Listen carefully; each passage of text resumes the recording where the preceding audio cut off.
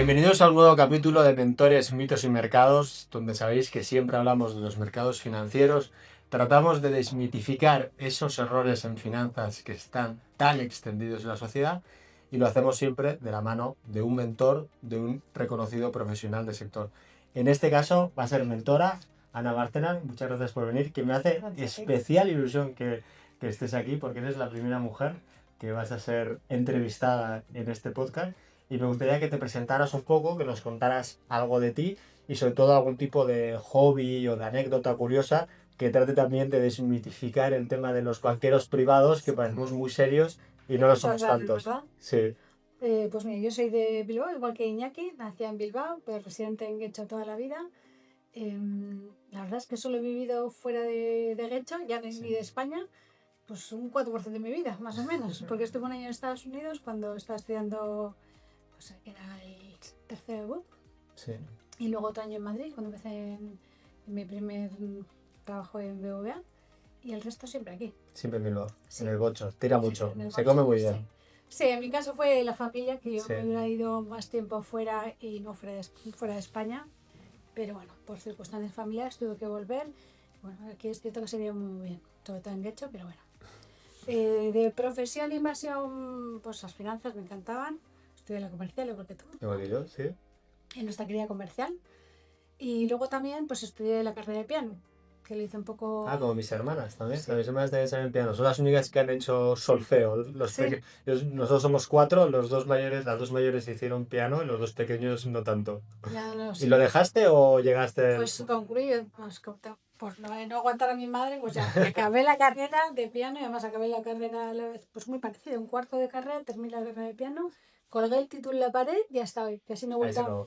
Y eso que me encanta el piano, me encanta la música, pero en el momento que tienes que estudiar y que estás estudiando también en la universidad, que es exigente, pues para mí ¿Qué quería tienes? ir y que se hacer otras cosas. ¿Tienes buen recuerdo de la universidad? Yo tengo esa discusión con mis amigos que son todos de la Comer y algunos tienen buen recuerdo. Yo soy de los que tienen buen recuerdo. Tengo un buen recuerdo, pero te estaba deseando acabar. Claro, sí. Eso es cierto, que salir al mundo real, a trabajar, a hacer cosas, porque el mundo académico está bien, pero cuando pues, quería ir más allá. Entonces dije, no, bueno, estudiar finanzas. Y bueno, me duró el de finanzas un par de años, que luego podía seguir estudiando. Pero el momento, pues sí, lo pasé bien, lo pasé muy bien. Pero bueno. Pero pasó. Pero Y pasó. empezamos con... ¿Y algún otro hobby, algún otro interés aparte de las finanzas? Bueno, el del deporte me encanta, Sí. me gusta estar activa, me gusta cuidarme, me gusta de todo, desde pues correr, esquiar, andar en bici, navegar, el crossfit, el yoga, por poder hacer estaría haciendo todo el día diferentes cosas. Y una cosa que me gusta de pequeña, que yo decía que quería ser, que luego no hubo manera, es que iba a ser actriz. ¿Ah, sí? Y eso que tengo miedo escénico, que mejor de todo, que estoy con unos calores porque... No te gusta No, ponerte ante la odio cámara. las cámaras, odio hablar en público, odio los escenarios, pero pequeña quería ser actriz. Pero es curioso que digas eso, porque es verdad que si eres una persona que le da un poco miedo escénico y exponerte, ya no solamente lo digo por el tema de ser actriz, en nuestra profesión, que también nos tenemos que exponer de alguna manera a los clientes, a gente que no conocemos y convencerles en algo tan importante como su patrimonio, pues es curioso que te hayas dedicado a esto y con tanto éxito, porque ahí también hay cierta exposición pública que es difícil, ¿no? Sí, pero en este caso no sé si es el tema del escenario y yo creo que yo quería ser actriz porque quería vivir diferentes vidas. Claro. Entonces, de esta manera, pues tú eres una persona muy inquieta, aunque me encantan las finanzas y quería estudiar la comercial, pero también me hubiera gustado pues, ser bailarina o ser aventurero o ser cowboy en las películas del oeste. Entonces, la forma que tenía de hacer muchas cosas en una sola vida, yo pensaba que iba a vivir un poquito de cada vida que iba a salir como de protagonista.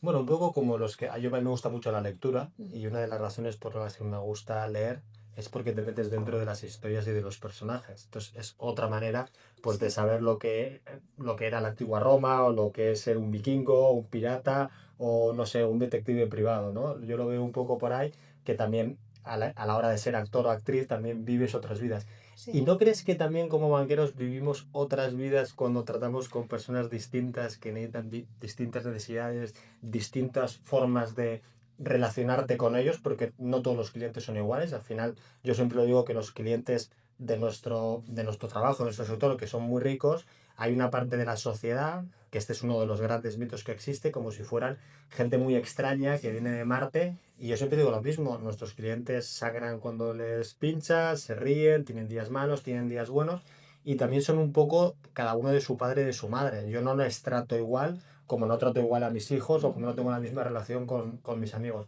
En tu caso, ¿tú también lo has notado o ha sido una cosa más intuitiva, más que pensada? Bueno, pues sí, ya me parece un lujo. La verdad es que tratar con personas con las que tratamos y de hecho una de las cosas que más me gustan de mi trabajo, que te permite, en general siempre digo a mis hijos también por lección vital, y digo, yo sabes que trabajo con pues, clientes de altos patrimonios y le digo, y cada uno es de su padre y su madre, pues uno es empresario, dice que lo hizo él mismo, otro era la empresa, otro es un ejecutivo, otro, pero le digo, todos tienen algo en común. Todos son gente inteligente, pero todos son súper trabajadores. Súper. Súper, le digo, es que no hay uno que no cumpla ese requisito.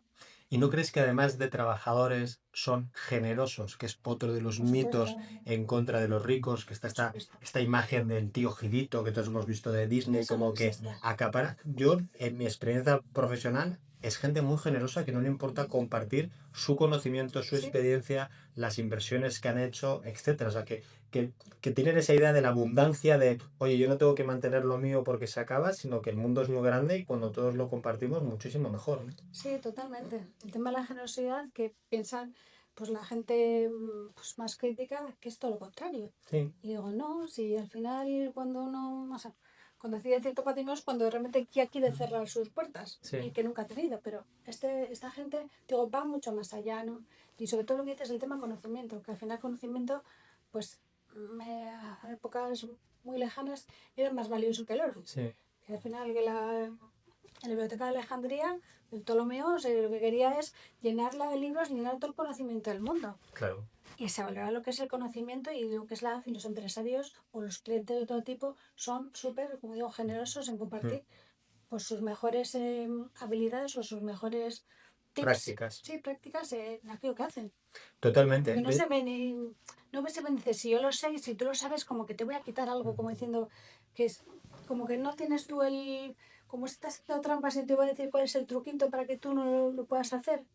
No, está claro, dices, si yo si hago algo muy bien o yo tengo una situación por lo que tengo, porque tú lo sepas, no va a ser que tú Claro. vas a atentar contra mi valor diferencial. Yo diría que no tienen miedo. A Mm. diferencia de mucha otra gente que no ha tenido esas experiencias o que no ha sido capaz de generar un patrimonio muy grande y tiene siempre miedo a que le roben, a que le quiten, a que le engañen. Lo hablamos antes de empezar el podcast, como nuestro sector tiene mala fama por eso, muchas veces que nos lo hemos ganado a pulso y por eso los Claro. clientes siempre pelean tanto las comisiones, porque tienen esa idea de que todo es un juego de suma cero, ¿no? Lo que gana el banco es lo que pierden ellos, lo que gana otro inversor es lo que pierden ellos, etcétera.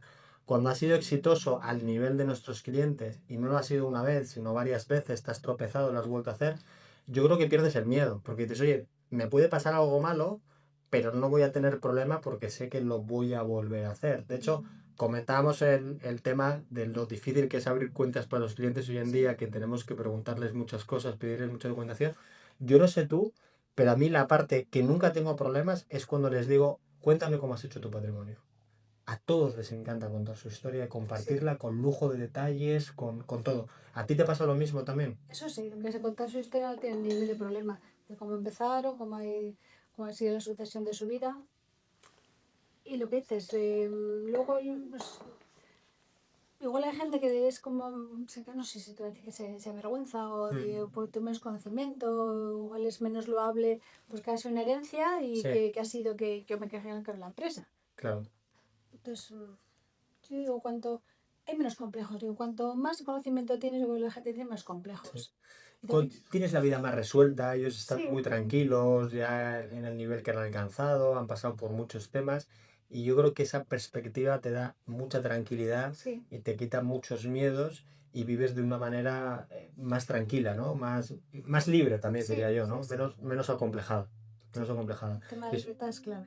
es totalmente clave y es una cosa que a mí me gusta mucho también. También siento que es un privilegio tratar con ellos porque te da otra perspectiva de las Sí, cosas y te das cuenta que al final pues son seres humanos totalmente iguales que nosotros, ¿no? Entonces, por eso me ha hecho gracia lo del tema de tu miedo escénico, porque con los clientes a veces hay que jugar al papel del psicólogo unos días, Sí. del banquero otros, o sea, son distintos roles dentro de uno, ¿no? Sí, pero es más diván, es más diván. Sí. Y a mí me gusta escuchar. Entonces, Muchísimo. cuando tú estás escuchando, pues muchas veces cuando ya te está hablando y su suelta y tiene la suficiente confianza para contarte cosas, ya te ha contado, entonces yo no tengo que hablar tanto. Claro. Pues, tú escucha activa, pero la cosa es ponerte en la cámara, eso es lo que menos me gusta. Pero yo creo que sí, que la gente necesita ser escuchada y ahí es cuando, no tanto que le vais a vender algo rápido, que es como la tendencia de los bancos Sí. y del comercial agresivo, que antes de decir, a ver, ¿qué te voy a vender? Primero quiero escuchar, si podemos trabajar tú y yo juntos, que igual no tienes por qué trabajar con todos tus clientes. Sí. Y si somos afines, y luego ya veremos qué necesitas tú y qué te puedo ofrecer yo. Pero ese afán de hay que vender y a cualquier persona y a cualquier precio, pues eso por eso yo en la banca te empieza a ganar una mala fama. Estoy totalmente de acuerdo y es uno de mis caballos de batalla que al final la propia presión que genera el hecho de que un banco sigue siendo una empresa que tiene sus necesidades, tiene sus objetivos y tiene sus presiones internas, es la que empuja un poco a que las dinámicas en las relaciones entre los banqueros y los clientes sean de este tipo, ¿no? De el banquero tratando de proponer y de empujar y de hacer esta palabra que yo la odio de colocar productos como si fueran estanterías y como si los clientes fueran ganado, y un cliente que obviamente no es tonto por muchísimas razones, por su experiencia, por todo lo que ha hecho en su vida, etcétera, que siente esa presión y al final se generan esas dinámicas de fricción, que llega un momento que el cliente desconfía absolutamente de todo lo que le estás proponiendo como banquero porque cree que simplemente estás pensando por tu beneficio. Entonces, lo que has dicho de la escucha activa y de escuchar más que hablar, a mí me parece uno de los puntos clave y uno de los errores que cometen y cometemos, porque yo creo que todos hemos pasado un poco por esa fase de querer deslumbrar al cliente con nuestros conocimientos técnicos, con nuestras palabras complejas, que todos los sectores, todos los negocios tienen su propia terminología y como para que el cliente vea lo listos que somos, le hablamos de una manera que no nos entiende. Y a veces contraproducente. Exacto. Porque muchas veces digo, quiero que mis clientes estén cuanto más informados mejor, que sepan cuanto más mejor. Perder tiempo intentando explicar, y a veces te das cuenta que hay clientes que no quieren saber. No. Pero dices que si tú no entiendes algo, no vas a poder aguantar la volatilidad de este producto, no vas a poder disfrutar casi de lo que estás obteniendo. Piensas que se consigue muy fácil un 20 o un 10 y por contra, pues si vienen mal dadas, en un momento no vas a aguantar la volatilidad. Entonces, cuanto más sepas, es mejor para todos. Porque si no, una venta mal vendido es que es un problema futuro. Sí. De hecho, yo siempre digo lo mismo. Para mí me parece más importante que el cliente lo entienda cuando sucede algo malo que cuando sucede algo bueno. Cuando sucede algo bueno va a dar igual, que lo entienda o no lo entienda porque está bien. Pero cuando sucede algo malo, si tú como banquero, a la hora de haber hablado de esa inversión en concreta y haberla decidido, le has explicado lo que puede salir mal y las razones por las que puede salir mal, aunque luego salga mal, que nadie va a estar contento, al menos no es una sorpresa y es algo que ya lo hablasteis y que ya lo aceptó de alguna manera, ¿no? Aceptó ese riesgo, esos problemas que podían ser negativos y que podían pasar.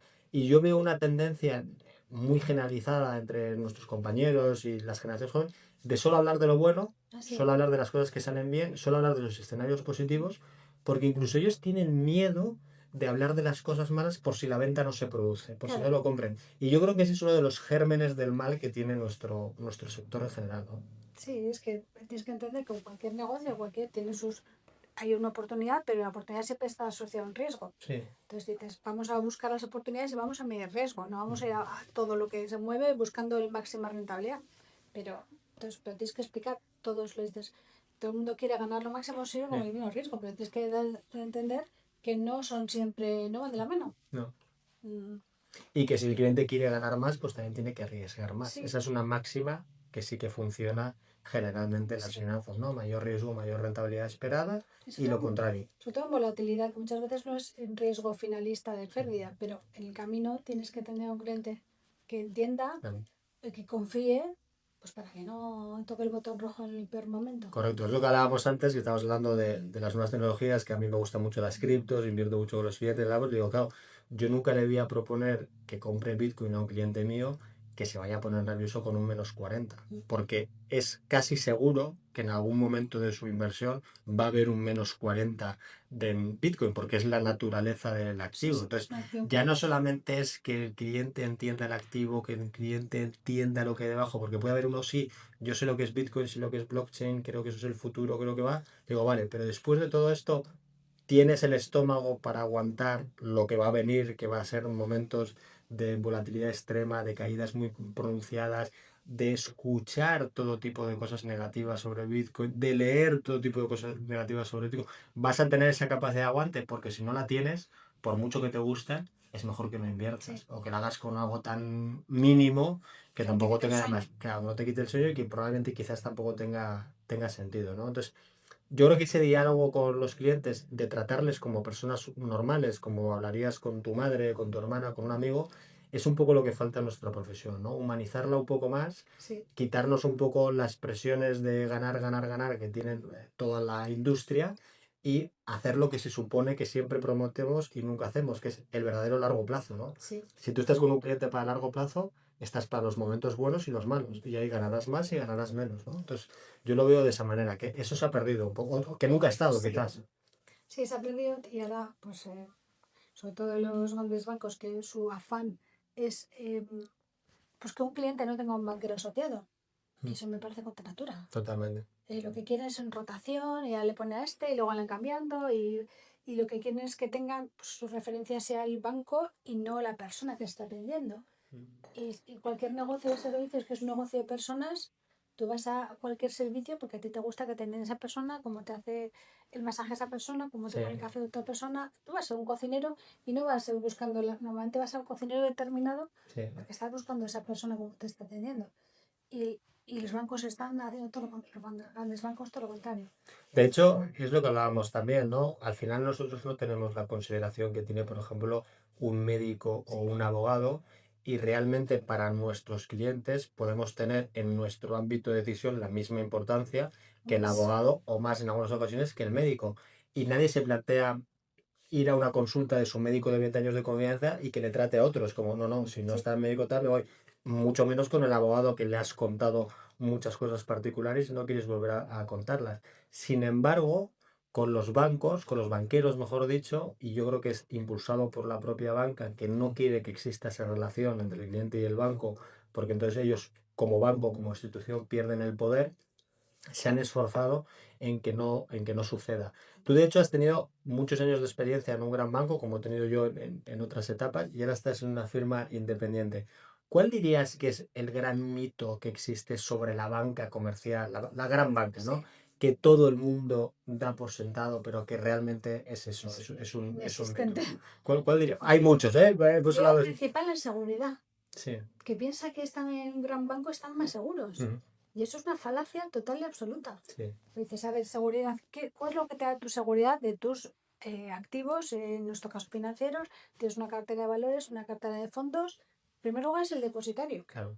El depositario, pues nosotros utilizamos el mismo depositario que el segundo banco español, que es Santander. Vamos a hablar claro. Entonces, el depositario, pues, si vamos a la seguridad en tus activos, tenemos el mismo custodio todos. Sí. Entonces, hay seguridad de esta. Otro gran mito que se está diciendo, no, es que los grandes bancos tienen más recursos. Más recursos. Pero si los utilizas no sirven absolutamente nada. Exactamente. El principal recurso muchas veces las entidades son el activo humano. Claro. Hay grandísimos profesionales en los bancos, pero no les dejan hacer nada. Todo lo que dicen es, dices, ¿para qué sirve? Pero lo decía Steve Jobs, ¿para qué sirve contratar a los mejores profesionales para luego decirles lo que tienen que hacer? Exactamente. Entonces, yo contrato a alguien para que sea el mejor en lo que está haciendo y dejar hacer. Contrato a un diseñador, no va a decir lo que tiene que enseñar. Haz lo que tú sabes hacer. Y los grandes bancos no, como también es que lo que están buscando no es tanto el beneficio del cliente, sino sus propios intereses. Hay muchísimo conflicto. Cumplir sus presupuestos, cumplir los objetivos de los jefes, de las promociones que necesitan, etcétera. Y luego es verdad que un gran banco tiene más recursos porque es más grande, pero tiene mucha más burocracia también. Es mucho menos ágil. Tiene una cosa que los clientes, yo entiendo que no se dan cuenta porque no lo viven dentro, pero dentro de las grandes instituciones, sean bancos o no, hay una cosa que se llama legado. hay formas de hacer, formas de proceder que están instauradas desde hace 20, 30 años y aunque el mundo cambie, como es, ¿cuántas veces hemos escuchado esto siempre se ha hecho así? Que es Sí, la sí. frase que yo más he odiado de Es mi un vida. mantra, Y vamos, no la puedes que ver, nadie lo cuestione. incluso a nivel tecnológico. Oye, ¿por qué los e-bankings de los bancos son tan malos? Porque, bueno, tienen una herencia tecnológica de muchas décadas, de muchos parches, que hace que siempre vayan muy por detrás de la tecnología, ¿no? Entonces yo estoy de acuerdo que el tema de la seguridad, aunque algunos clientes lo saben, a mí me parece curioso cuando tenemos nuestros clientes que están mayoritariamente invertidos en activos, pero cuando hablan de la seguridad te preguntan por el fondo de garantía de depósitos, que ellos saben que es solo para lo que tienen en liquidez, que es Eso, muy que pequeño. son peanuts para sus Entonces, portfolios. ahí te das cuenta que tienen como una especie de disonancia cognitiva, como que, oye, si ellos saben que realmente estar en un gran banco no significa nada en términos de seguridad, pero claro, es que Santander, BBVA, JP Morgan y como Si tal, les pasa, cuesta. sí, si pasa algo, va a poder responder más. No. Incluso se da pues la paradoja que grandes bancos que han tenido mezclados diferentes unidades, pues le ha contaminado la Sí, banca privada. claro. Le hace Credit Suisse. Sí, Credit Suisse, la parte de banca privada muy bien el negocio y lo que falló fue la parte de banca de inversión. sí, Porque en Estados Unidos se han troceado las diferentes bancas. No quiero que me mezcles banca de inversión, no quiero que me contamines a banca comercial. Ya se separaron el JP Morgan con el Chase, se separaron las bancas. Tiene que ser por normativa. Si no tomamos las licencias antes médicos, pues nosotros podemos decir, todos los banqueros somos médicos. Y dices, vale, todos somos médicos, los de banca de empresas, los de banca comercial, los banqueros privados. Pero tú sientes, si te rompes una pierna, vas al traumatólogo y no vas al dermatólogo. correcto. Entonces, si tienes una afección a la piel, no vas al neurólogo. Y si tienes un cáncer, no vas no sé, Al dentista. al dentista. Entonces, aquí no pueden pretender, dices, si yo quiero hacer banca de empresas, voy a que sea mejor en banca de empresas. Que no tiene por qué ser el mejor el que haga banco comercial. Pues digo, el neurólogo sale de lo suyo y el traumatólogo de lo suyo también. Entonces, aquí uno supuestamente te queda lo mejor de todo y uno eh, te va a intentar muchas veces pues hacer esa venta cruzada, que no siempre es lo ideal. Digo, si yo voy como digo, al dermatólogo, pues no quiero que tú me pongas unas Claro, lentillas. cada uno lo suyo. Cada uno lo suyo. Y muchas veces digo, hay intereses creados y dices, no, es que como yo tengo un amigo que pone muy bien, pues, no sé, que me da comisión de las lentillas, pues te paso Sí. donde el que te haga una operación. No sé, eso nos cuestiona mucho. Se da cuenta que nosotros somos verdaderos especialistas en los plecantro. Entonces dices, yo leía en un libro hace poco que decía que toda persona tenía que tener, decía, un nutricionista, un entrenador personal, a su medida, no hace falta que sea uno personal, que tú lo puedes hacer casi Sí, con inteligencia artificial que te busques porque te hagan un plan dietético, un plan no sé qué. Decían también pues un maestro espiritual y decían también y un asesor financiero. totalmente. Es que somos imprescindibles en la vida de mucha gente.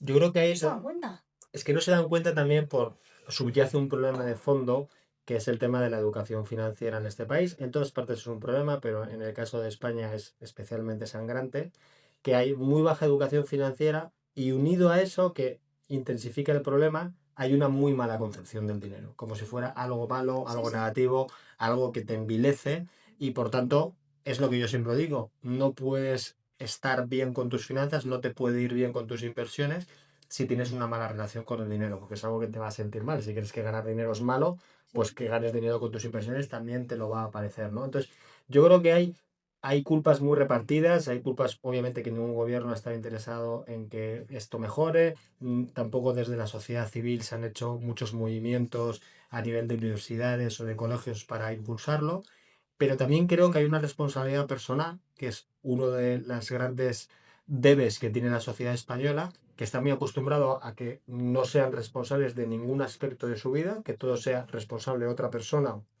o el Estado o quien sea, y han dicho como, bueno, si yo no sé de finanzas, no es culpa mía. Digo, en la era de la información con la que tenemos hoy en día, en la que todo el conocimiento humano lo tienes gratuito en tu móvil, y ahora hasta lo tienes traducido con inteligencia artificial. O sea, ni siquiera te vale la excusa de, bueno, sí, yo puedo saber de finanzas, pero es que no lo entiendo. Pues no, no, tienes un aparatito que en 2 segundos te lo traduce para que lo entiendas. O Pero sea, por más simple, si quieres un lenguaje y básico. puedes insistir, oye, todavía no lo he entendido, ponme más ejemplos y más de contenido.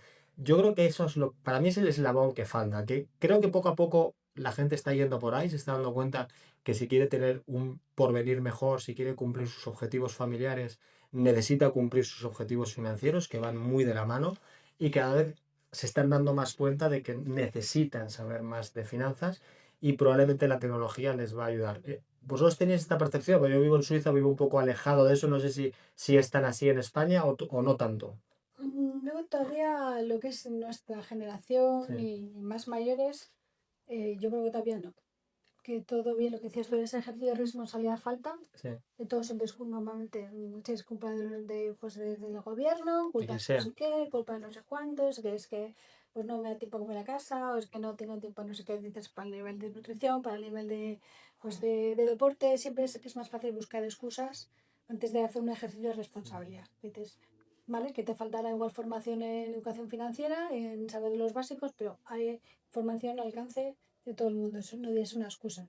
Pero también tendríamos que, como sociedad, sí impulsar un poco más desde pues, esas prácticas. Y si el colegio es que no lo hace, pues tú desde casa intentarlo. Pero si nuestra generación, que es la que ahora mismo está pues, criando a esas futuras generaciones, pues también hay que hacer ese esfuerzo porque se va centrando en cosas que también son importantes, que el día de mañana sean libres financieramente hablando. Porque si no Totalmente. tienes libertad financiera, pues vas a estar cautivo de un trabajo, de una pareja, De pues, todo. entonces, eso es como un requisito sine qua non para que tu vida, el resto de facetas vaya bien. Mm. Sí, yo soy un firme defensor de esta frase tan denostada de que el dinero no da felicidad. Yo creo que sí da la Ayuda. felicidad. Yo no creo que es que ayude, yo creo que sí que da la felicidad porque realmente todos los problemas que tenemos en nuestra vida, o la mayoría, se resuelven con dinero o se minoran con dinero. Y lo que decía antes, los objetivos personales están muy ligados a los objetivos financieros. O sea, el día de mañana tú dices, oye, quiero tener 2 hijos, necesitas una casa grande, la tienes que pagar, necesitas un coche grande, la quieres pagar. Oye, yo quiero pasármelo bien con mi pareja o con mis hijos, pues tienes que pagar esas vacaciones, esa salida, tal. O sea, al final todo se redunda en lo mismo, ¿no? Y como tenemos esta demonización de lo que es, nos cuesta mucho aceptarlo, pero creo que habría que naturalizarlo. Digo, sí, yo quiero una vida como yo la entiendo mejor, más cómoda, con más momentos en familia o con mis amigos, y todo eso hay que pagarlo de alguna manera. Entonces, necesito cumplir mis objetivos financieros para poder acercarme a ellos. Yo lo que me pregunto es, el mundo de la banca privada lleva cambiando ya varios años y va a seguir cambiando los próximos. De hecho, cada vez vemos más proliferación de firmas más pequeñas, de asesoramiento independiente, como puede ser la vuestra, como puede ser mi modelo, Family Office, etcétera. ¿Cómo ves ese movimiento en España? Si ha llegado ya a un punto de saturación, si estamos al inicio, si va a haber nuevas formas que van a surgir. ¿Cómo lo estáis viendo vosotros? Nosotros, bueno, como banca privada especialista e independiente, pues desde su origen se creó como una especie de multifamily office que lo ha Sí. ido creciendo hasta lo que hoy día somos. Pues somos principales defensores de que la banca privada independiente tiene que seguir creciendo, y es el modelo a seguir. No concebimos el modelo tradicional, porque te decía, si tú tienes un tema concreto, va a ser el especialista de ese tema. Entonces, que te intenten vender otra cosa que no es, entonces vemos en la banca tradicional, pues para que sea buena o no, bueno, empresas o en banca comercial que tiene pues otros servicios, y la nuestra yo pienso que tiene que ir a más y que todavía queda mucho margen.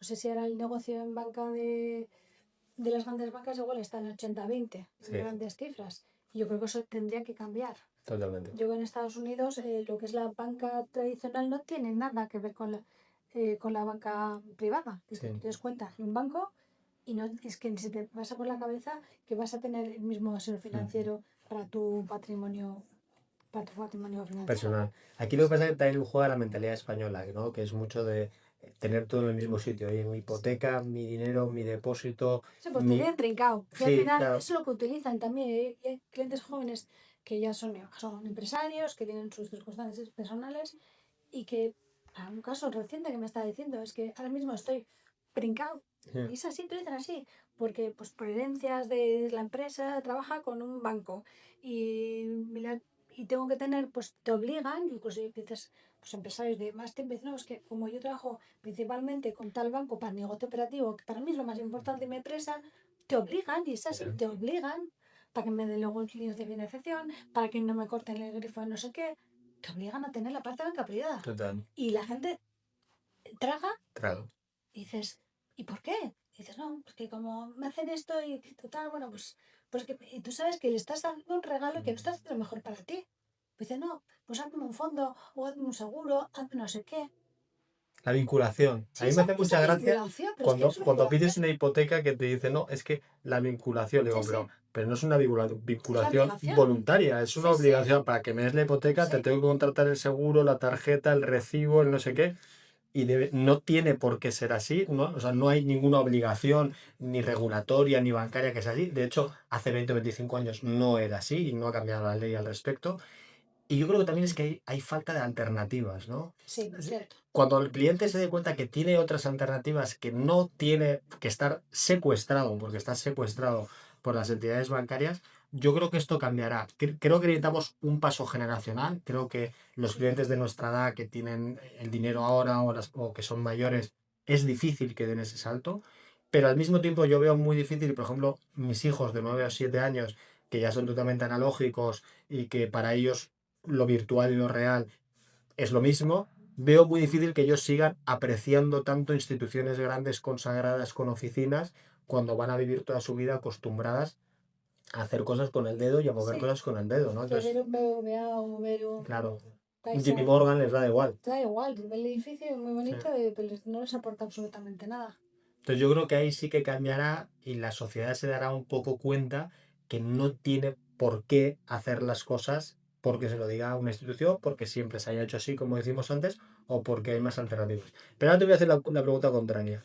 Hemos hablado mucho, los dos nos gusta obviamente el modelo independiente, que para eso nos dedicamos a algo, a esto, pero después de tantos años trabajando en grandes bancos, ¿hay algo que echas de menos? Algo que dices, bueno, en esto sí que están mejor los bancos grandes y me gustaría. Si hay algo, no sé, Pues la verdad es que nada, nada, ¿no? salvo la gente que he conocido ahí, tengo la suerte de conocer a gente ahí fantástica, pero que al final la amistad sigue manteniéndose puertas afuera, pues no hay nada que eche de menos, es así de triste, que Sí. dices, pasa tanto tiempo, que sí, un poco secuestrado y también que llevas con la mejor voluntad y bueno, también toca agradecer que los grandes bancos lo que sí que tienen es una formación buena. Pues Para el que la quiera coger, yo creo que una universidad buenísima. yo de hecho te iba a decir eso, que no es que lo eche de menos porque ya lo he vivido, pero creo que es más fácil el paso a lo que hacemos nosotros si has pasado previamente por una gran institución o por varias, como es mi caso, en el que primero aprendes, porque,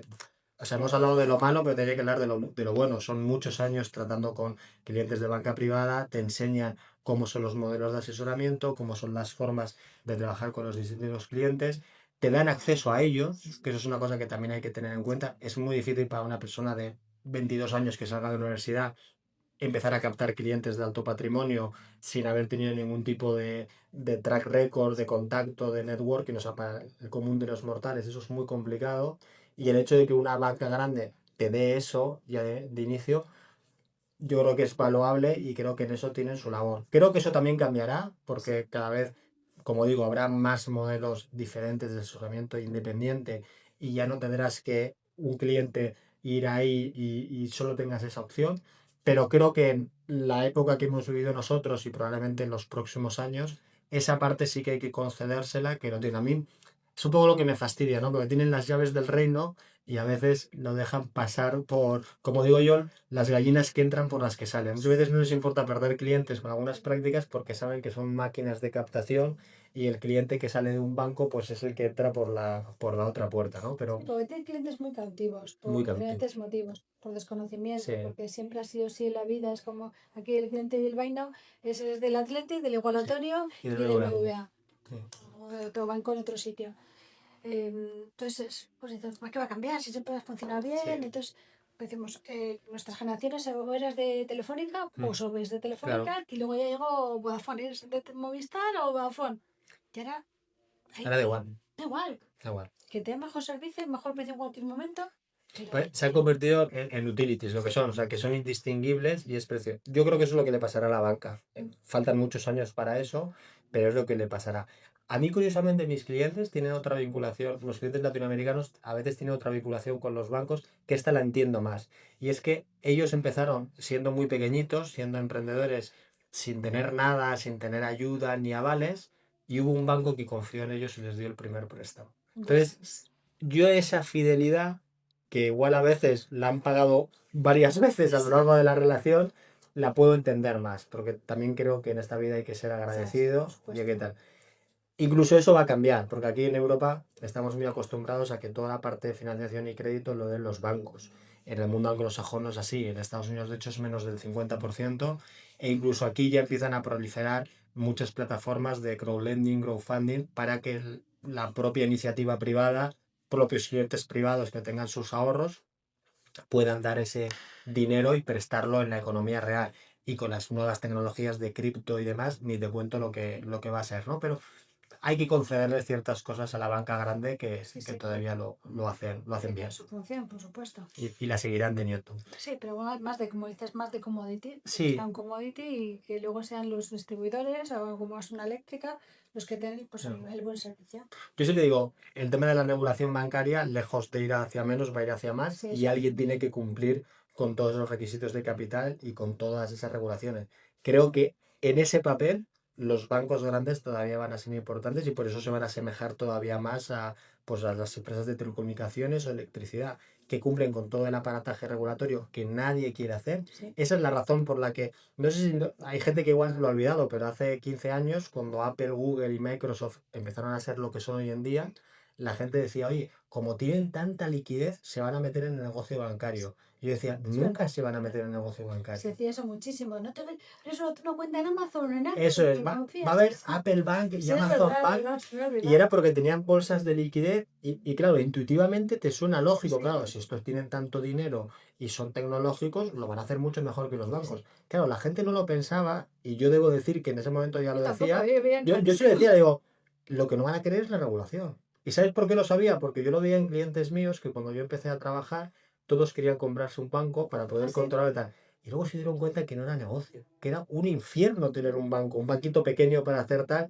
y cumplir con toda la regulación. Digo, Apple, Amazon y tal van a crear pasarelas de pago, van a crear sistemas, van a asociarse a otras empresas que hagan servicios bancarios, pero le van a dejar el tema regulatorio de la cuenta corriente y tal al banco de turno. Sí, Lo cierto. mismo hace Revolut, lo mismo hace tal, que dicen, sí, yo te doy el servicio de tarjetas, el servicio de criptos, el servicio de brokeraje, que es como la parte que me gusta, pero todo el rollo de lo que es tener una cuenta corriente y dinero custodiado de los clientes, eso yo no me voy a ocupar, ¿no?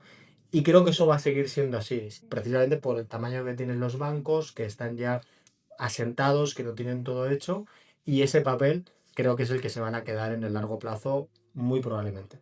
Sí, totalmente de O sea, acuerdo. Se me ha olvidado eso que hemos comentado. sí, que se habla Y las mucho. grandes tecnológicas sí que se van a hacer bancos. Es que va todo tan rápido que nos Sí, sí, olvidamos de premisas que dábamos sí, como sí. por hechas Y porque vamos, fue... como va a ser la siguiente, va a ser Sí, la sí, sí, siguiente sí. y nadie quiere ese negocio. Nadie quiere ese negocio y lo van a querer menos. Vamos a hablar un poco de mercados, que no hemos Mercados. hablado, y vamos a aprovechar que este podcast que lo estamos grabando ahora en mayo va a ser publicado sobre septiembre, octubre, Ah, va para septiembre, vale. con lo cual vamos a pensar un poco, Vale. vamos a hacer un poco de finanzas ficción, esto que es tan difícil de hacer. Somos malísimos todos los gestores prediciendo el futuro, pero ya que estamos aquí vamos a intentar hacerlo, ¿no? Entonces, pensando en esa final de año, un año, no sé a ti qué te parece, a mí me está pareciendo apasionante, toda la gente lo está sufriendo, yo lo estoy disfrutando porque es un año increíble de todo lo que está pasando, llevamos menos de medio año y parece que llevamos 10 años de 2025. Entonces, pensando en todo lo que está pasando, todas las cartas que todavía están abiertas, vamos a hablar de ciertas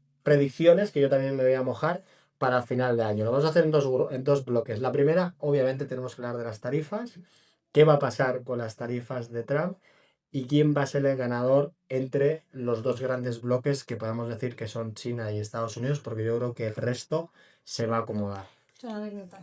Para Vamos. mí, mi predicción es que vamos a seguir teniendo bastantes subidas y bajadas en función de los exabruptos de Trump y de los acuerdos que conozcamos, pero creo que al final a nadie le viene bien tener tarifas altísimas, como hemos visto del 130 al 140%.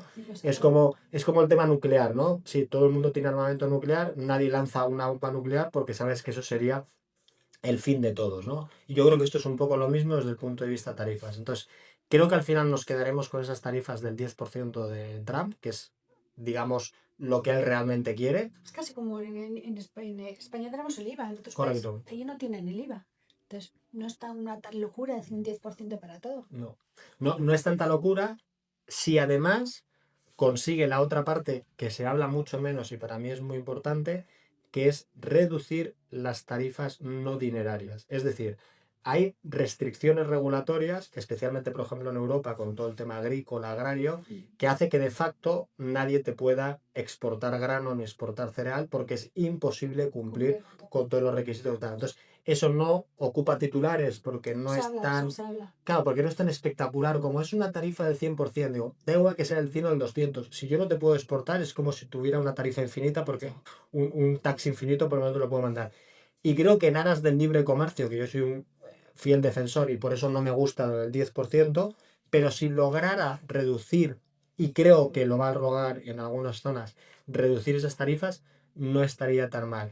Y en el caso de Europa y China, perdón, de China y Estados Unidos, yo como lo veo, es que al final es un matrimonio de conveniencia y es mucho mejor un matrimonio de conveniencia que continúe a un divorcio catastrófico. Sí.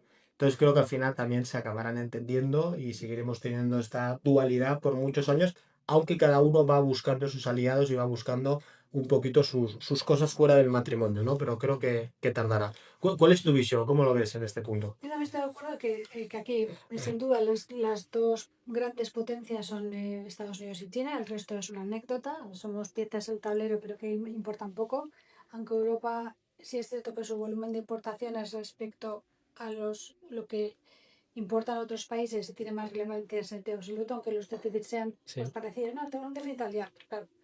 Tú me compras 600.000 millones de dólares en productos y otros te compran bastante menos. Entonces, Europa por ese lado tiene algo de pues, capacidad de, por lo menos, de decisión, lo que pasa es que tenemos poca capacidad de liderazgo. Pues haremos ruido, pero yo creo que aquí lo que van a definir pues, la historia sin duda es China y Estados Unidos. Y no les queda otro que llegar a un acuerdo.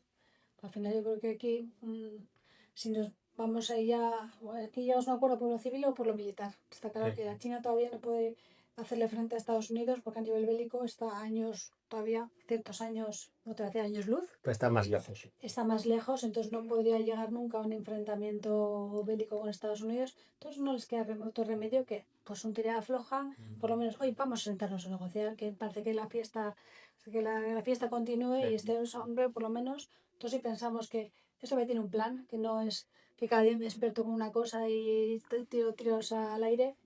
Por el camino, la implementación es complicada y bueno, es un hombre de negocios y quiere hacer las cosas pues a su manera y que no son un fin en sí mismo, sino es un medio para conseguir pues que se sienten, que lleguen a acuerdos, que empezamos a reciclar las cosas, que tú Europa pues que gastes más en defensa, que tú hagas no sé qué, pues que recursos naturales voy a Groenlandia, que todo tiene una finalidad. Pasa que en la puesta en escena está siendo Dura. dura, sí, pero yo creo que llega a un acuerdo sí o sí, es que Seguro. no les queda otro remedio. No les queda otro remedio y me encanta que hayas dicho lo de que pensáis o piensas que Donald Trump tiene un plan, porque yo es algo que llevo defendiendo desde el principio. Me ha caído hate por todas partes, en todos sitios, porque, a ver, hay como ideas preconcebidas en el mundo. A Donald Trump se le odia universalmente. Mañana puede decir que esta mesa es blanca y le dirán que no, que es tal. Y entonces es verdad que él lo pone fácil porque su forma de comunicar es la que es muy desagradable. Cuando dijo, oye, no, todos estos países están esperando para chuparme el culo y demás, Sí. eso no debería decirlo, por supuesto, un presidente de Estados Unidos, pero eso no significa que esté loco. Eso no significa, como dices tú, que yo también lo digo muchas veces, que un día se levanta y diga, voy a molestar a todo el mundo y voy a hacer una guerra comercial. Yo creo que es más imprudente que loco. O sea, Sí. es una persona imprudente porque está tratando este tema como si fuera una empresa y lo que está en juego pues son muchos billones de dólares a todos los niveles y que afecta a todo el globo y que la apuesta, aún saliéndole bien, pues hombre, está haciéndola a expensas del resto del mundo porque no está aislado. No es como, oye, yo tomo mis decisiones en mi empresa, en la empresa de Donald Trump, y si me equivoco lo sufro yo. No, si tú tomas decisiones como Estados Unidos, que es la mayor potencia mundial, y te equivocas, lo sufrimos todos. Entonces, para mí es imprudente. Pero no tal. Tampoco entiendo esta ansia porque le salga mal a Estados Unidos la jugada, porque al igual que hay un odio a Donald Trump, hay un odio menor, pero también lo hay, o cierta tirria a Sí. todos los americanos, los yanquis, como que nos hemos cansado ya del imperio yanqui y queremos otro. Digo, pero vamos a ver, la alternativa a Estados Unidos es China, Sí. que es un estado comunista tiránico en el que las libertades están seriamente recortadas. ¿realmente la gente piensa, con todos los defectos que puede tener Estados Unidos, que a mí me sigue pareciendo el país más dinámico, más brillante y que van a crecer las mejores empresas allí por su dinamismo, pero con todos los problemas que tiene internos y demás, el presidente que tiene, la división entre la sociedad, que también hay que decirla, con todos los problemas que tiene, ¿de verdad preferimos que el modelo a seguir, el que tenga las riendas de este planeta, sea China? O sea, yo a veces, no sé si te pasa lo mismo, digo, oye, yo le digo a la gente, cuidado con lo que deseas, no sé qué vayas a Sí, conseguir, así es. porque no hay No otra ve la alternativa. alternativa, no ve la alternativa. ¿Por dónde viene ahí? Entonces está claro que Europa, vamos, No. le van a ir de un lado o del otro. Mm, Estamos en el medio. sí, Entonces vamos en la calle de uno o del otro, si nos ponemos las pilas. Y como no tiene pinta que nos va a poner las pilas con ninguno, pues estaremos al sol. Entonces yo sería más partidaria. Y históricamente ha sido así.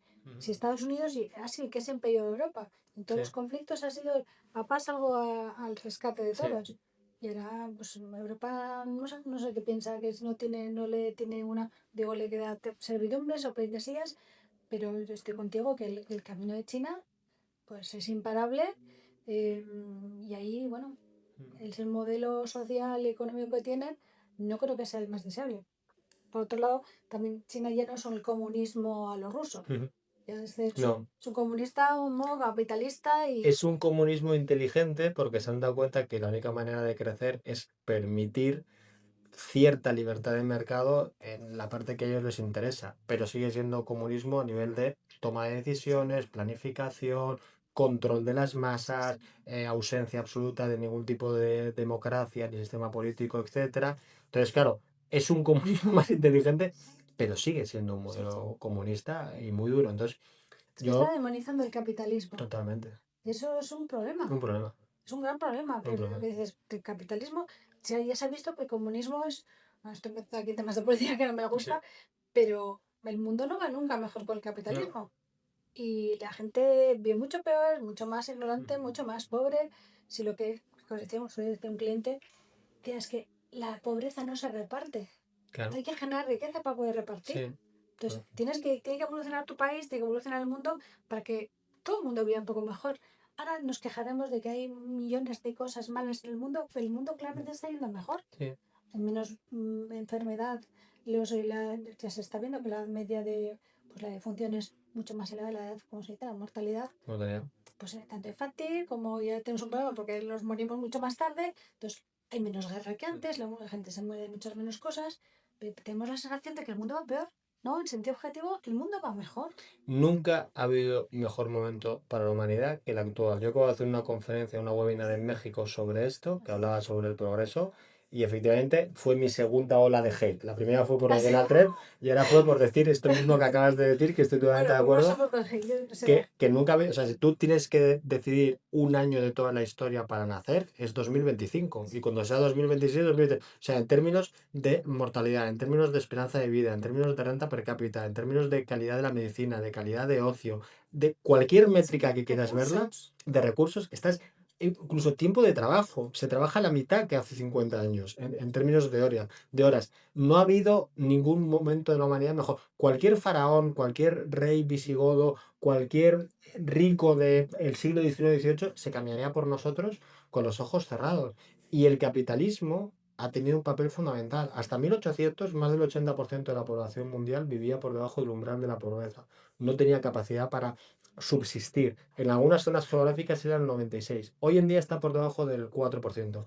¿Qué empezó en 1800? El sistema capitalista. O sea, no es una relación causal, es una Sí, relación, o sea, perdón, sí que es causal, no es casual. es eso. Es precisamente por la invención del sistema capitalista que hemos llegado al bienestar actual y que vamos a seguir. De hecho, todos estos problemas que tenemos hoy en día son problemas de ricos.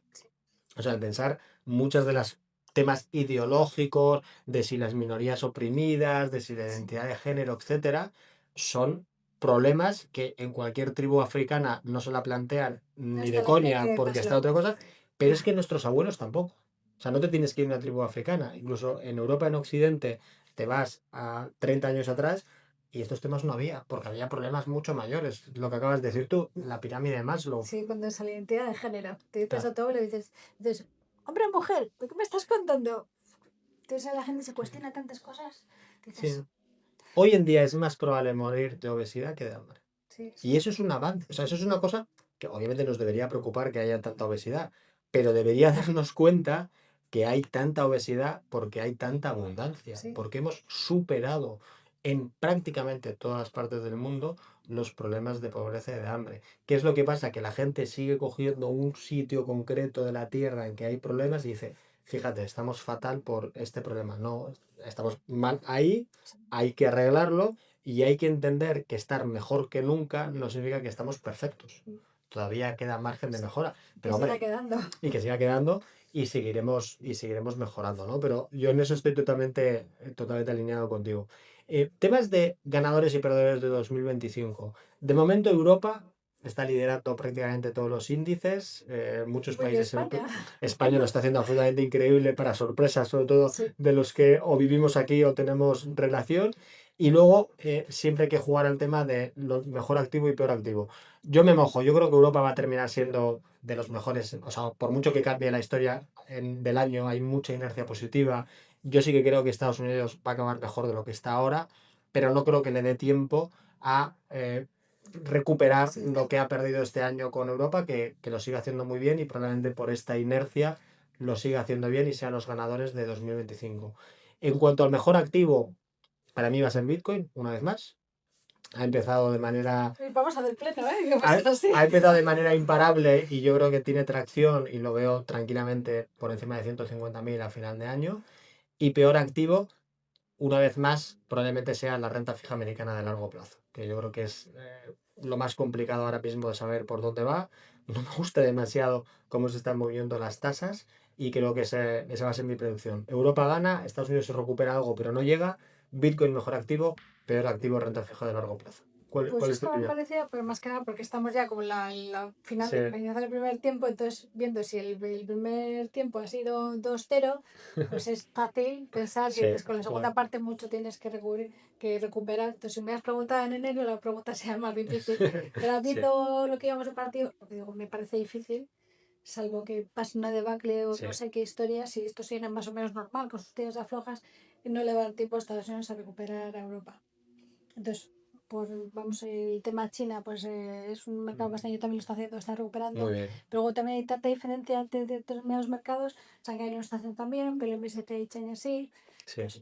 pues sí me quedaría por Europa, pero no por convencimiento, y si yo tengo una cartera no a invertir a toda Europa, sino todo lo contrario, a invertir más en Estados Unidos que en Europa, Yo también. pero según estamos ahora, por lo que queda, si vamos a hacer años estancos, creo que Europa va a salir este año mejor. Sí. Respecto al mejor activo, pues estaban dudando entre el oro y el Bitcoin.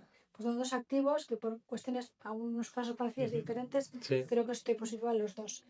Y el Bitcoin creo que bueno, que va a tener que seguir subiendo. No, lo que es la tecnología que subyace y explicarte los motivos por los que tiene que subir el Bitcoin, no soy ninguna experta, pero confío en gente que sabe mucho de eso. Entonces, me fío a pies juntillas y me creo su discurso, Sí. y yo estoy contigo que sea Bitcoin oro. El Ethereum también creo que tiene mucho recorrido.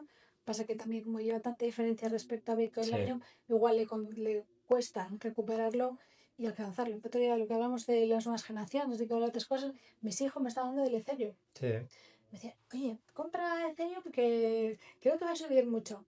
Y haces como la inteligencia artificial, que te dice muchas cosas, pero que no sabe muchas veces explicarte el por qué. Porque la han ido tanto, han ido En todas partes. sí, y eso me decía, te voy a hacer. Entonces, creo que cripto y el oro igual se llevan la palma este año. Sí. Hiperactivo, creo que como inversor euro, que tú como tienes mucho cliente Yo en la estoy otra, sesgado. sí, está sesgado. En mi caso sería el dólar. El dólar. Yo este año no veo el dólar mucho mejor de lo que está ahora, si acaso peor. Mm. Entonces, para un inversor euro, creo que el hiperactivo va a ser el dólar. Totalmente. Yo creo que para un inversor en euro el dólar es un corto claro. Incluso si baja las tasas hasta apalancarse en dólares para invertir euros hasta lo vería casi bien, que yo hago justo lo contrario habitualmente. Y estoy de acuerdo contigo en que Bitcoin y Ethereum, a mí Ethereum me encanta. De hecho, a largo plazo es la cripto que más me gusta, más incluso que Bitcoin. Porque digamos que Bitcoin es el oro digital, ¿no? La única Estás, cripto que realmente quiere ser una moneda o algo similar, un medio de pago, unidad de cuenta, etcétera. Ethereum es una plataforma donde se montan negocios. Siempre lo explico de la misma manera. Es igual que el sistema iOS de Apple o el de Android de los teléfonos Android. Tú bajo ese sistema de iOS o Android, tú puedes tener una aplicación de los bancos, una aplicación del periódico, la aplicación del correo electrónico, 1000 aplicaciones. Pero cada una es diferente y está utilizando la tecnología para poder montarla y poder dar el servicio. Ethereum es eso, es una plataforma de blockchain que tiene unas particularidades que la hace que sea muy atractiva a los desarrolladores de negocios, y como pienso que la mayoría de los negocios del futuro van a ser en formato digital y no analógico, por eso creo que cuando acabe para mí va por oleadas. De momento el público está entrando en la oleada de Bitcoin y entendiendo lo que es. Sí. Luego entrará Sí, en la Ethereum oleada es de un las paso a paso. plataformas. Entonces, Sí, que a mí también me cuesta entenderlo, me lo he explicado varias veces la diferencia entre la tecnología de Bitcoin y Ethereum. Lo que comentas tú es como dices, el iOS o el Android. Entonces, se nos han olvidado, por ejemplo, Google, lo magnífico que es, luego nunca ha triunfado sí, con los teléfonos Qualcomm. no, Y ni el BlackBerry ni nada. Entonces han hecho sí, con el pastel Android y el iOS. sí, Entonces, aquí, entonces, cuando la gente luego termina de entender, pues se quite el miedo lo que son las criptos y se anime a ver las criptos, luego vaya entendiendo lo que supone la tecnología que sí. subyace en Ethereum, pues igual sea la siguiente oleada que se va a subir. Será la siguiente y luego la tercera. Lo digo porque la gente piensa, no, estamos al final, estamos al No, súper inicio de criptos, porque luego la tercera es las empresas que se monten digitalmente, sí, que serán, o sea, yo siempre digo, las empresas líderes del mundo van cambiando cada 10 15 años. Microsoft es la excepción que lleva siempre, pero antes no existían Apple, Amazon y Google. Nvidia acaba de ser ahora una de las más importantes. Viene Palantir, viene otra. Las próximas 10 más grandes probablemente sean digitales. Igual no en 10 años, igual en 15, pero lo será. Con lo cual, ahí tienes otra tercera oleada de crecimiento en criptos que igualmente también estarán montadas pues o en Ethereum o en Solana o en Cardano. Con lo que siempre digo, cuidado con esto de... Nos da miedo, ¿no? Dices, en Bitcoin es un ejemplo muy claro. La gente ve ahora 100.000 y dice, ay, no compro a 100.000 porque estaba a 60.000. está Pero es máximo que histórico. pero es que cuando estaba a 60.000 no lo compraban antes porque lo habían visto a 30.000. Y no lo compraron a 30.000 porque antes estaba a 10.000 y antes a 1.000. Y entonces nunca lo compran. Y cuando baja dicen, no, claro, es que esto ya se ha caído un 40%, esto es que se va a cero. Esto se va a cero. Esto se lo he copiado a Pepe Díaz, que me gusta, que le sigo mucho, que dice, cada uno compra Bitcoin al precio que se merece. Y Así. tiene razón. Tiene razón. Tú como inversor compras al precio que te mereces, porque si sigues esta dinámica Sí. de, oye, es que estaba más bajo, nunca vas a entrar, y lo que tienes que pensar no es lo que pasó, sino lo que va a pasar por delante. Es un sesgo humano, ¿no? Que tenemos todos, que decimos, oye, es que lo compré a 10 y ahora está a 8. Le digo, pero es irrelevante. Es irrelevante que lo compraras a 8 o 7. Tú tienes que preguntarte, ¿va a subir o va a bajar?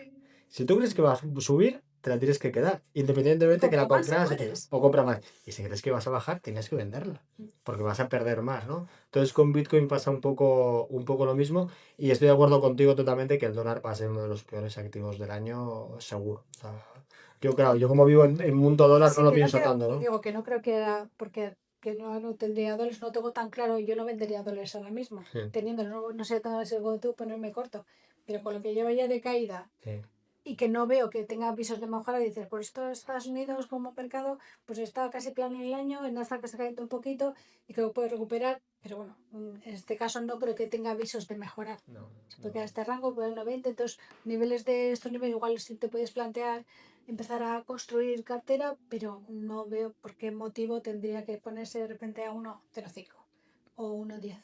Lo veo más en un rango tirando sí. Tirando hacia abajo. Yo también lo veo. Ya el próximo año ya veremos, pero de momento cuando nos estamos aquí. acerquemos a los midterms, en función de cómo tengan los tipos del Donald Trump, porque él Pues quería al interesante. principio quería dólar débil, Sí. momentáneamente, luego ya se verá, quería tipos bajos y por Todavía ahora lo no. está consiguiendo. Sí, tipos bajos, sí. Pero quiere Bueno, que la Fed baje, que todavía todavía no lo ha no conseguido, lo todavía ha doblado. y por ese lado, y por el bono de 10 años americano menos. Pero que yo creo que va por ese lado, que todavía todo el resto de temas que han quitado más positivos para los mercados, menos regulación, también se ha metido, la fiscalidad está ahí, Sí. pero Le queda trabajo. sí le Le queda queda trabajo y tiene que hacerlo bien, porque si en las midterm pierde las elecciones y los demócratas ganan las dos cámaras, le pueden tumbar todo. sí, Entonces, y yo creo que la gente no se da cuenta que este es, porque luego también, no, va a cambiar la constitución para un tercer mandato. No, no va a hacer nada de eso. Es el último mandato y eso está sí. clarísimo. Él va a querer pasar la historia como un buen presidente y no como el presidente del Capitolio, ni como el presidente que ha dejado a Estados Unidos en un desastre de las guerras de tarifas, etcétera. Va a hacer todo lo posible para eso, y tiene un buen historial de logros tanto empresariales como políticos, ¿no? Entonces, yo sí que confío con todos los asteriscos que hemos puesto de su forma de comunicar, de su calidad humana en algunas Sí, cosas.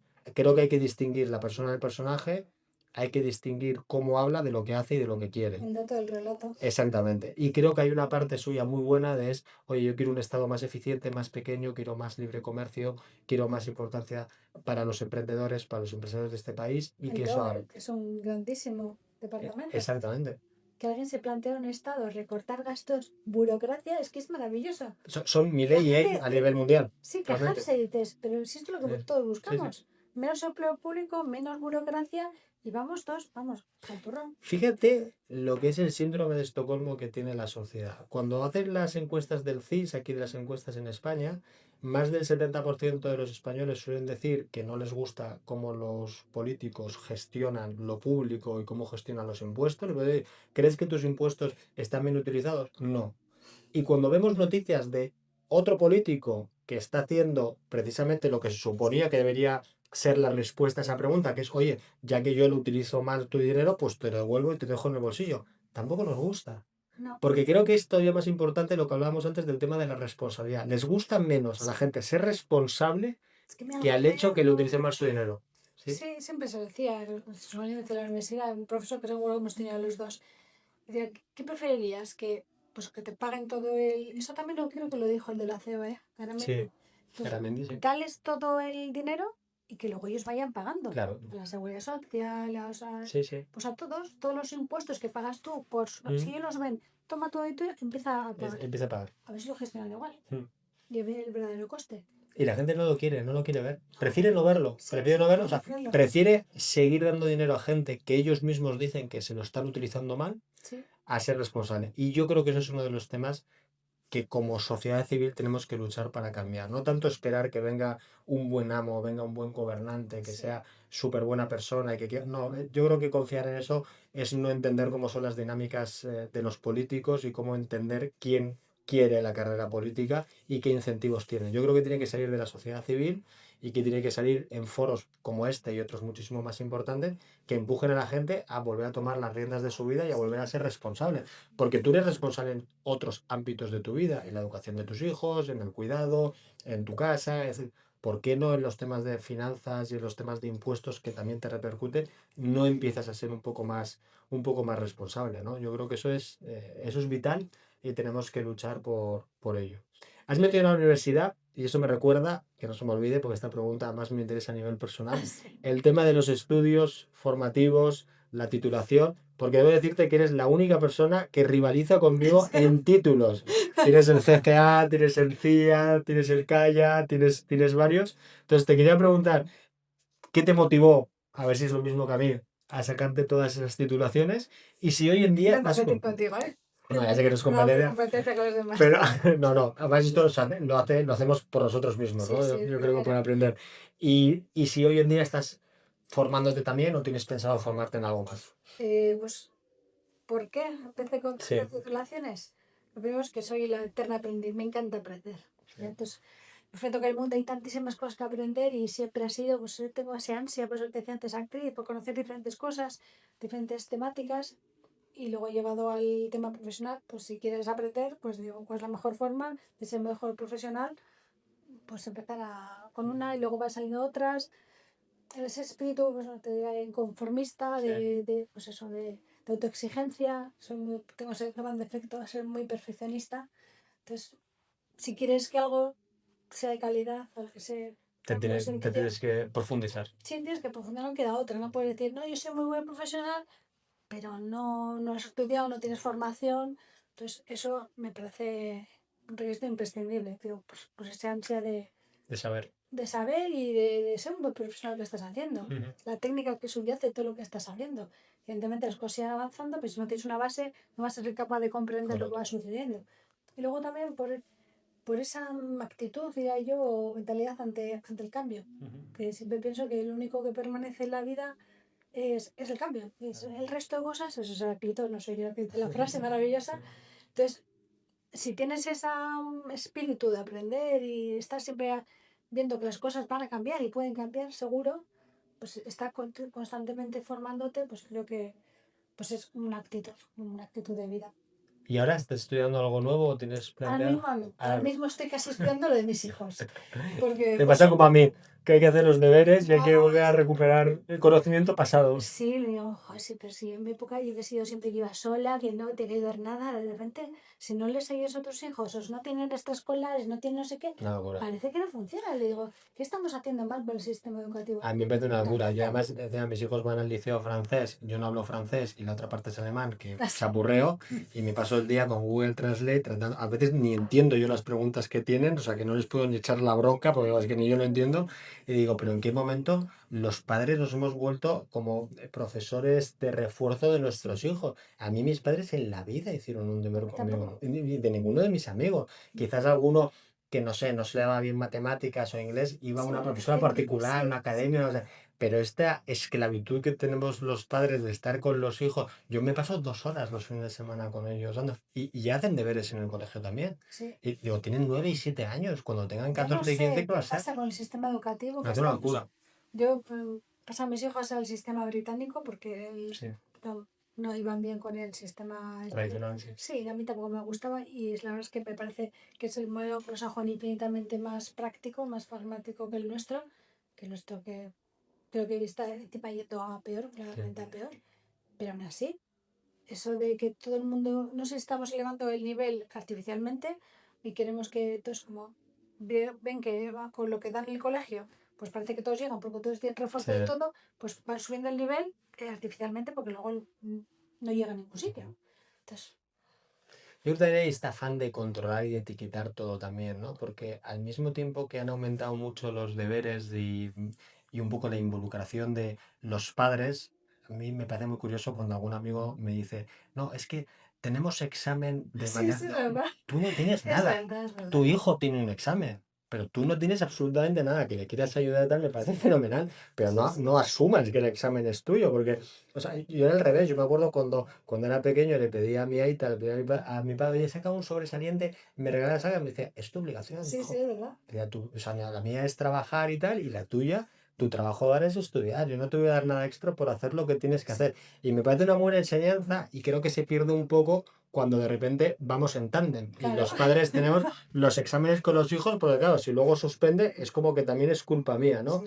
Y yo creo que ahí hemos roto un poco la dinámica y hemos roto un poco lo que tiene que ser, ¿no? Y cada vez hay más deberes y más presión y más involucración y digo, ¿esto hasta dónde va a llegar, no? Me parece un poco loco. No sé cómo ponerle fin a esto. Que se va a plantar el primero y dice, pues yo no hago deberes con mi hijo. Sí, Porque si uno no se planta, pues es que se hace su padre y las no sé qué. Es que esa presentación se la ha hecho su madre. Es que esto no sé qué. Es que yo me paso, me decía mi madre, es que yo me paso todas las tardes con mi hija estudiando haciendo deberes. Todas las todas tardes. estas, sí. Y digo, a ver, tú ya has hecho la ESO, el bachillerato, la carrera. ¿Qué tienes que hacer todo eso? Pero a veces porque es contraproducente, porque cuando empiecen en el mundo laboral ya no va a estar papá y mamá y te llama para ayudarles. Entonces, yo a veces lo digo, oye, no, es que la generación actual, la Z, X, Y, como sea, es que son unos blanditos. Y le digo, vamos a ver, son Homo sapiens igual que nosotros. O Eso sea, no te maldito. exactamente, el ser humano no cambia de una generación a otra, somos básicamente lo mismo. O sea, cambiamos en millones de años, no en décadas. Si son así, es que les hemos hecho así. Les hemos acostumbrado a eso. He vuelto al hilo que se me había ido. Es como lo del tema de, oye, ¿cuántos superdotados, cuántos supersensibles hay? Estadísticamente, ahora ya no se dice superdotado, ¿no? Se llama persona de altas capacidades. Sí. Estadísticamente eso es un porcentaje muy pequeño de la población, porque por definición es algo que está en los extremos. Yo conozco muchísimos amigos míos que les han diagnosticado de Otras un hijo. capacidades. Y le digo, mira, yo no pongo en duda, Estadísticamente le digo, imposible. no pongo en duda que tu hijo sea muy inteligente. Bueno, lo pongo en duda porque te conozco y te he visto en circunstancias que me hacen dudarlo. Pero bueno, Y esta es genética. vamos a decir que la genética de tu mujer es muy buena. No lo pongo en duda, pero no puede ser, no cuadran. O sea, porque además encima hay otra estadística muy real que te dice que el cociente intelectual mundial está bajando. Sí. Ligeramente, pero está bajando. No se sabe muy bien las causas, pero está bajando un poco. Igual selección natural. Dicen que también que la forma de Ya no hay medir, selección natural. es que la forma de medir el cociente intelectual puede estar reñida con las nuevas tecnologías y la manera en la que aprendemos ahora. Entonces que No sé. ahí puede haber un poco de problema metodológico y que realmente pues estemos parecidos. De todos modos son cambios pequeños y lo dicho, el Homo sapiens no cambia tan rápido. Entonces, si la gente nos está haciendo más lista de manera agresiva en agregado, no puede haber más superdotados o no puede haber más gente con TDAH. Mi hijo tiene TDAH el mayor, pero hay tanta gente con TDAH, Mi hijo tanta yo gente, supuestamente también. bueno, tanta gente con PAS, con alta sensibilidad, que yo a veces pienso, oye, pues igual es que hay mucha gente que cuando éramos pequeños decíamos, oye, este es el pesado de clase que no para, este es el llorón y este es el empolloncito, Sí, el cerebrito. y ahora no podemos decir eso porque alguien se ofende, entonces hay que ponerlo como una etiqueta, ¿no?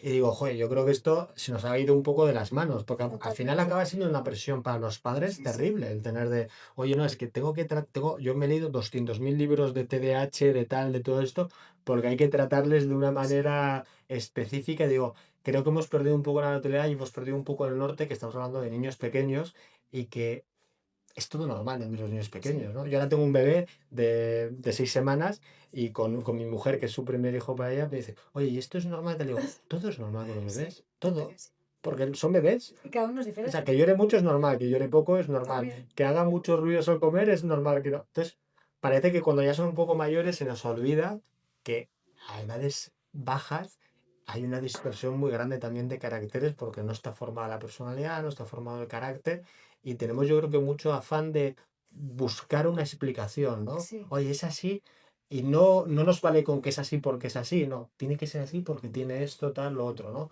Y me parece un poco curioso y me parece un poco presión para los padres también, ¿no?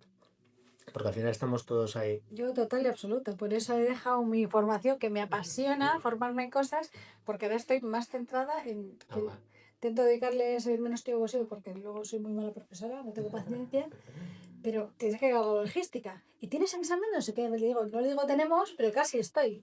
Y le llevo yo el calendario de los exámenes, le digo cuándo tiene que estudiar qué asignatura. Entonces, ahora mismo eso me está total. quitando mucho tiempo, pero sí me gustaría igual aprender chino. Está muy bien. Sí, es una cosa que tengo ahí.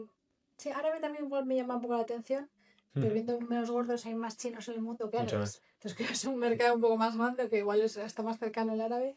Pero son cosas que sí Sí. me gustaría aprender. Yo me he quedado con las ganas siempre de aprender programación. Sí, Porque sí, me gusta la tecnología, pero no soy muy tecnológico y a veces me ofusco con los ordenadores y tal. Y cada vez que leo más sobre programación y gente que sabe programar, me gusta no por el lado de programar, que yo lo voy a utilizar, sino por cómo te estructura la cabeza para el mundo exactamente. moderno en el que hay y para los temas que son secuenciales, organizativos, en un mundo tan cambiante, tan caótico a veces, y que muchas veces para ser muy productivo lo que necesitas es un buen sistema, ¿no? Sí. Yo de hecho he sido toda mi vida muy creyente de los objetivos, soy el tipo que tiene su hoja Excel con sus objetivos del año, de libros, tal, y cada vez que me doy más cuenta que es mejor tener un sistema, porque el objetivo, si lo pones muy ambicioso, te vas a desilusionar muy rápido, y si lo pones muy poco ambicioso, te lo vas a pasar y ya no vas a hacer nada el resto del Lo año. sientes Entonces, como que así. entonces que es difícil que estar en ese lado en que es motivante pero no desmotivador. En cambio, si tú tienes un buen sistema de trabajo, o sea, tienes una buena metodología, los resultados vienen solos. Sí. Porque lo que haces todos los días, metodología o hábitos, que se entiende mejor. Si tú tienes unos buenos hábitos en tu vida, además esto afecta a todo, a tu trabajo, a tu físico, a tus relaciones. Si tienes unos buenos hábitos de vida, solo te pueden pasar cosas buenas y es mucho más fácil que los objetivos se cumplen, sean los que sean, que si solo te enfocas en los objetivos y no te enfocas en la parte de, oye, de crear un sistema, crear un hábito, No crear lo una había relación. pensado así. Entonces, a mí el tema de Sí, programación, que como mi relación con los ordenadores es ambivalente, nunca lo tenía tal, siempre digo, oye, pues aprender un poquito de esto me gustaría. Te voy a hacer una... no ¿Lo había habías pensado? pensado que la programación Sí. pues te ayudara a ese esquema mental. Sí. Claro. Yo esa parte que envidio un poco de los ingenieros, que tienen esa mentalidad. Eso sí, pero nunca había pensado, Sí. dices, pues siempre digo que haces ingeniería cuando eres pequeño y ya no No, hay remedio. Así que siempre digo a mis hijos, me te tiene gustaría que sobre todo gustar. que uno de ellos que haga ingeniería, cualquier ingeniería que luego ya se dedique a las finanzas, lo que quieran, porque cualquier aprender de finanzas puede saber en cualquier momento, Total. o de literatura, o de ciencias sociales, pero la mente de ingeniero se aprende Se en un aprende. momento dado y luego ya no hay Viene foco. como viene. Una rápida para los jóvenes que nos estén escuchando y que a mí me lo han preguntado durante muchísimos años y en muchas ocasiones. ¿Máster o CFA? CFA es título más importante de finanzas. Recién licenciado, yo haría el CFA cuanto antes. Sí. Tienes las neuronas al 200, están súper entrenadas, que el músculo, el cerebro también es el músculo más importante. Sí. Y luego ya cuando si te empiezas a trabajar y tal, el CFA te va a costar muchísimo Mucho más. más. Entonces, ahora que estás en el momento y además, yo creo que el estudio del CFA, como la propia carrera, es algo muy individualista. Sí.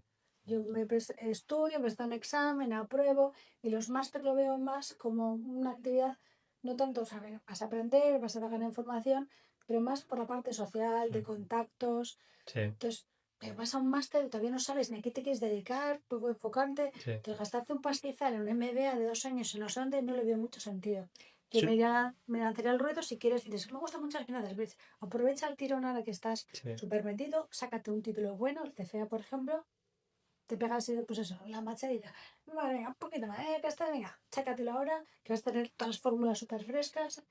Y luego cuando ya estás en todo el mapa y dices, pues ahora, pues me voy a este MBA, que es prestigioso, que me va a tener de contactos, más conocimiento. Pero yo no me vea recién salido, no lo haría. Es un tema muy cultural, porque aquí en España, bueno, hay gente que lo hace nada más recién salido, pero no es tan habitual. En Latinoamérica es como, o sea, no hay casi ni Es un elección, es un must, o sea, terminas la carrera tal. Y yo nunca le he visto sentido, porque creo que los únicos, a ver, esto igual suena un poco duro, pero es mi opinión sincera. Creo que algo que tiene un ratio de aprobado de un 95% no aprendes mucho. Y los másteres es pagas, Sí. porque te han hecho un filtro y lo pasas. El CCA tiene ratios de aprobado del 30 al 40, 50. Entonces, tienes que saberte. Si no te lo, es imposible, absolutamente imposible. No ha sucedido nadie en la historia de la humanidad que apruebe el CCA sin saberse la materia, porque está construido el examen para que no lo apruebes. De hecho, Sí. sabiéndote la materia, puedes suspenderlo. Sí, cierto. Eso en un máster no. ¿Estoy diciendo que no se aprende nada en un máster? No, se aprenden cosas en un máster, pero creo que no hay que perder el foco de cuál es el objetivo del máster y por qué lo hace y cuál es el CFA. Entonces, cuando tú quieres aprender, aprender de verdad y sobre todo saber si te gusta este negocio o no, y por lo que hablábamos antes de tener más conocimiento técnico, creo que el CFA o cualquier otro título que sea exigente a probar, creo que no tiene parangón. Y creo que el MBA es más para hacer un network, para hacer contactos, por si quieres emprender, por si quieres un cambio en tu carrera.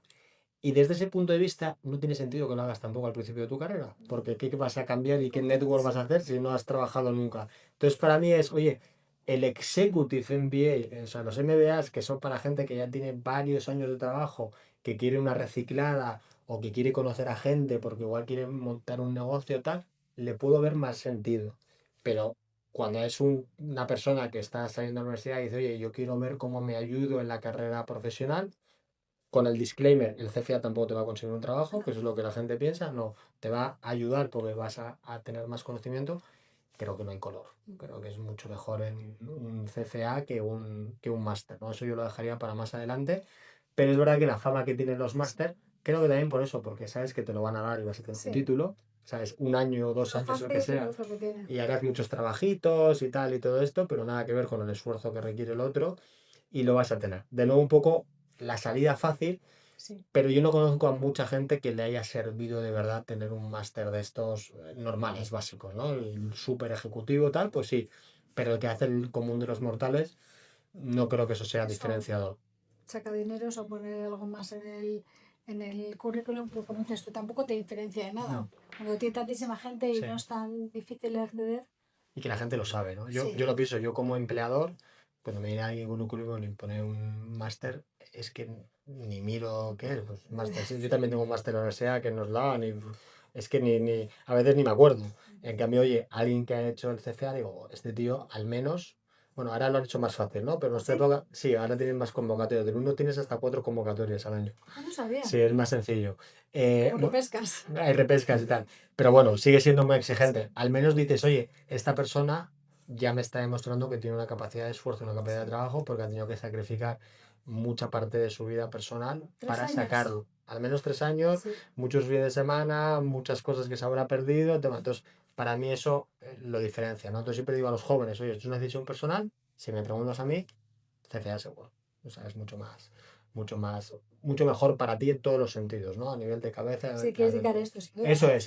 Y también para descubrir si te gusta esto. A veces le digo, oye, hay gente que está empezando y dice, no, me quiero dedicar a esto. Le digo, a ver, cuidado, lo que hablabas tú antes, la banca es un mundo muy grande.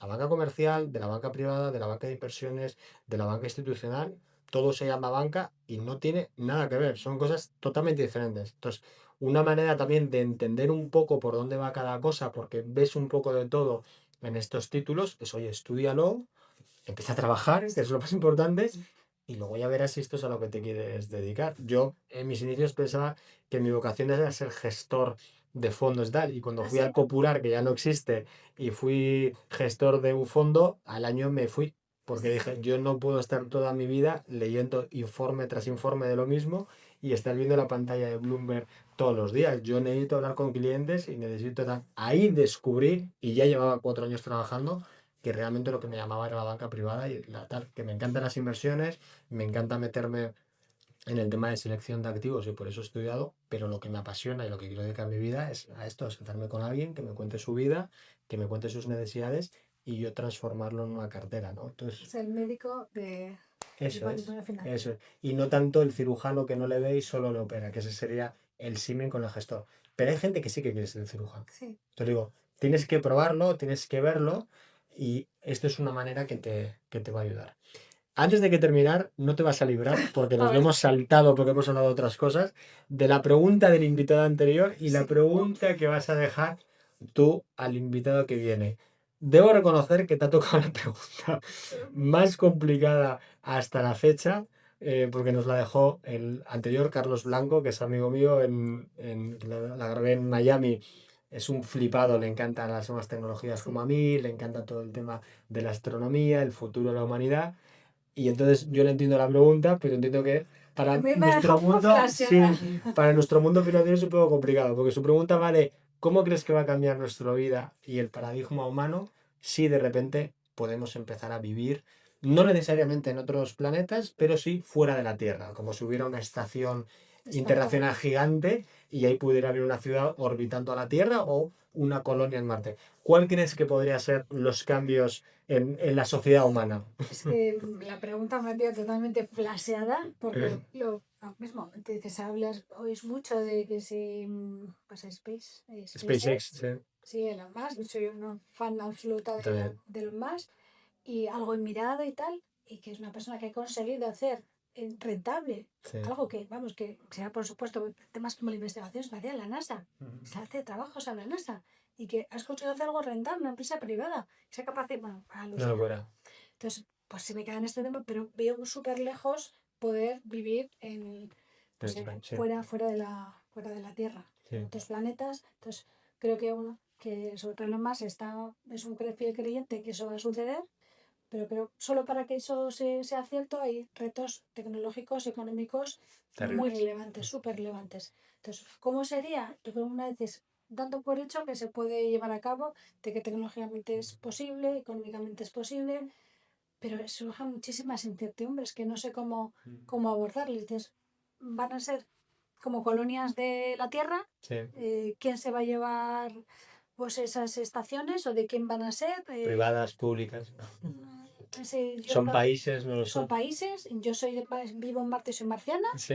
y tuve la luna eres lunático, pues eso va a ser una nueva raza, no sé. Sí. A nivel social me parece que uno que es algo complicado, lo que es ese periodo transitorio, porque hay viajes espaciales, turísticos, pero bueno, es una anécdota. Sí. Pero ya lo que es vivir en esos, pues fuera de la Tierra, mm, pues yo creo que se está pensando por recursos naturales, por casi como si fuera un búnker nuclear. Dices, si la Tierra se ve en peligro, dices, está claro que el cambio climático es un hecho. No se puede discutir.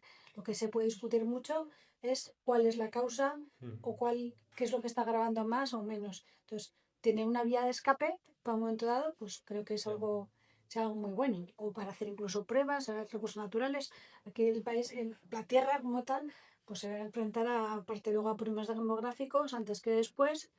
Entonces, intentar colonizar otros planetas, pues sí me parecería oportuno hacerlo, pero creo que se abren Muchos melones. muchísimos melones. Que dices, como el que va por los colonos que han ido a nuevas tierras. Sí, sí. Si ahora no nos apañamos en la tierra, que es en el globo, lo nuevo, me parece que no sé, que es muy complicado desde muchos puntos de vista. ¿Y quién va a tener acceso a esos recursos? No va a ser como, si creamos como un búnker por si pasa algo en la Tierra, ¿quién va a tener acceso a esos, los planetas, las personas con más recursos? Entonces, la gente que no tiene dinero se va a quedar en la Tierra y vamos a ir de vacaciones allí. Entonces, las divergencias sociales van a ser astronómicas. Porque aquí ahora mismo, sí, aquí te puedes quejar, que es que el nivel medio de la población humana sí que claramente ha subido. Sí. Sigue habiendo diferencias. Pero si ya la alternativa es la Tierra, otros planetas, pues eso ya es bestial.